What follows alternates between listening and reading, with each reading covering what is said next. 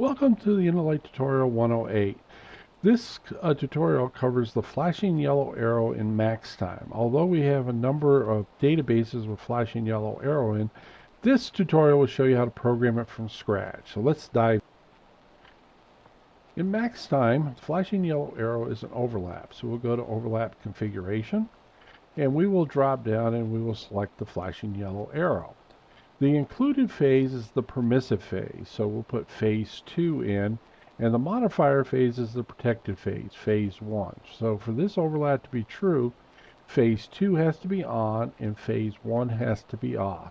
We simply turn flashing on, and while we're here, we're going to add a 6-second delay. So this gives us some red time or stopping power so people can stop and think about it before they go too permissively through the intersection. You don't have to use the delay. It's optional, and we put a description on it. And that's all there is to programming a flashing yellow arrow. Now that we've got the flashing yellow arrow program, let's go to Advanced I/O and channel configuration and make sure that we have a overlap 1 program to come out on a load switch. We won't get a flashing yellow arrow if we don't have an output. So we put it here on channel 13. So now that we have the overlap was already programmed in there, or if not, I would have dropped down and selected overlap in a 1. So what I like to do when I'm testing my overlaps is to watch my phases and my channel status at the same time. So I open up the channel status in a separate window. Pops up here so I can see what my load switches are doing and what my phases are doing. So I'll resize it a little bit so you can see both.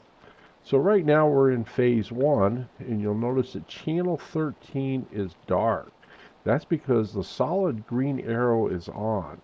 So when it completes the solid green arrow, it's going to go to yellow, and both the phase 1 yellow and the overlap yellow are tied together. Now we're in phase 2, and the overlap will start 6 seconds later. So after 6 seconds, we now have the flashing yellow arrow, which is the green output. So we can simply take the green output of this overlap and wire it to the flashing yellow arrow signal, and the flashing yellow arrow is complete. However, we may want to bring it out a PED yellow, so often called the compact version. So we're going to do one where we move the phase to the PED yellow and the overlap to the phase. To do the compact version, all we're going to do is change the I/O logic. There's no change in the flashing yellow arrow programming, but we're going to change where it comes out. So I'm going to move the overlap to load switch 1, where phase 1 was, and I'm going to move vehicle phase 1 to channel 13. So I've reversed those two. Then I simply go to my cabinet configuration and go to my outputs.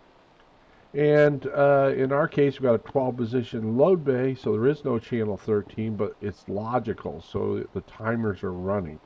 So we go to the second page, and this pin 34, we're going to make it a green driver for channel 13. So this is the PED yellow wire for phase 2 PED yellow. We hit apply, and now we have the compact version. The solid green arrow is going to be on the PED yellow, and the flashing yellow arrow is going to be on the load switch 1 green. So we're going to go to our channel status, and then we're going to bring in our inputs and outputs. So we'll open that in a different window so we can see pin 34 output come on and off with our channel logic. So we'll resize this a little bit so we can see both at the same time. And I need to go to the next to get at pin 34. Oh, I must have did inputs instead of outputs. So scroll down and go next. So what we're looking for is pin 34, which is wired to phase 2 PED yellow.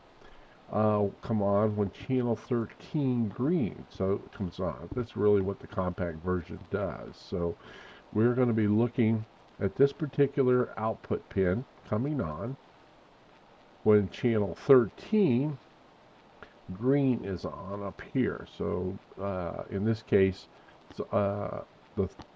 that channel 13 is like a virtual channel. There's no load switch output. We're redirecting it to a PED yellow. So right now we're in phases 4 and 8. We're waiting to come around so we can watch this. So we clear 4 and 8, and phase 1 will come on. Notice that pin 34 is on, channel 13 logical output is on, and we have our solid green arrow.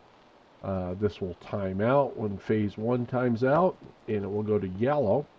And notice that the yellow of phase 1, channel 13 and channel 1 are both on at the same time. 2 and 6 come up, and 6 seconds later we start getting the flashing yellow arrow. Thank you for watching this tutorial with me on the flashing yellow arrow in max time. Stay tuned for additional flashing yellow arrow videos where we go in and we apply overlap omits to make it restrictive so we can block the flashing yellow arrow when the pad is up or other conditions. Hope to see you then. Thanks. Bye.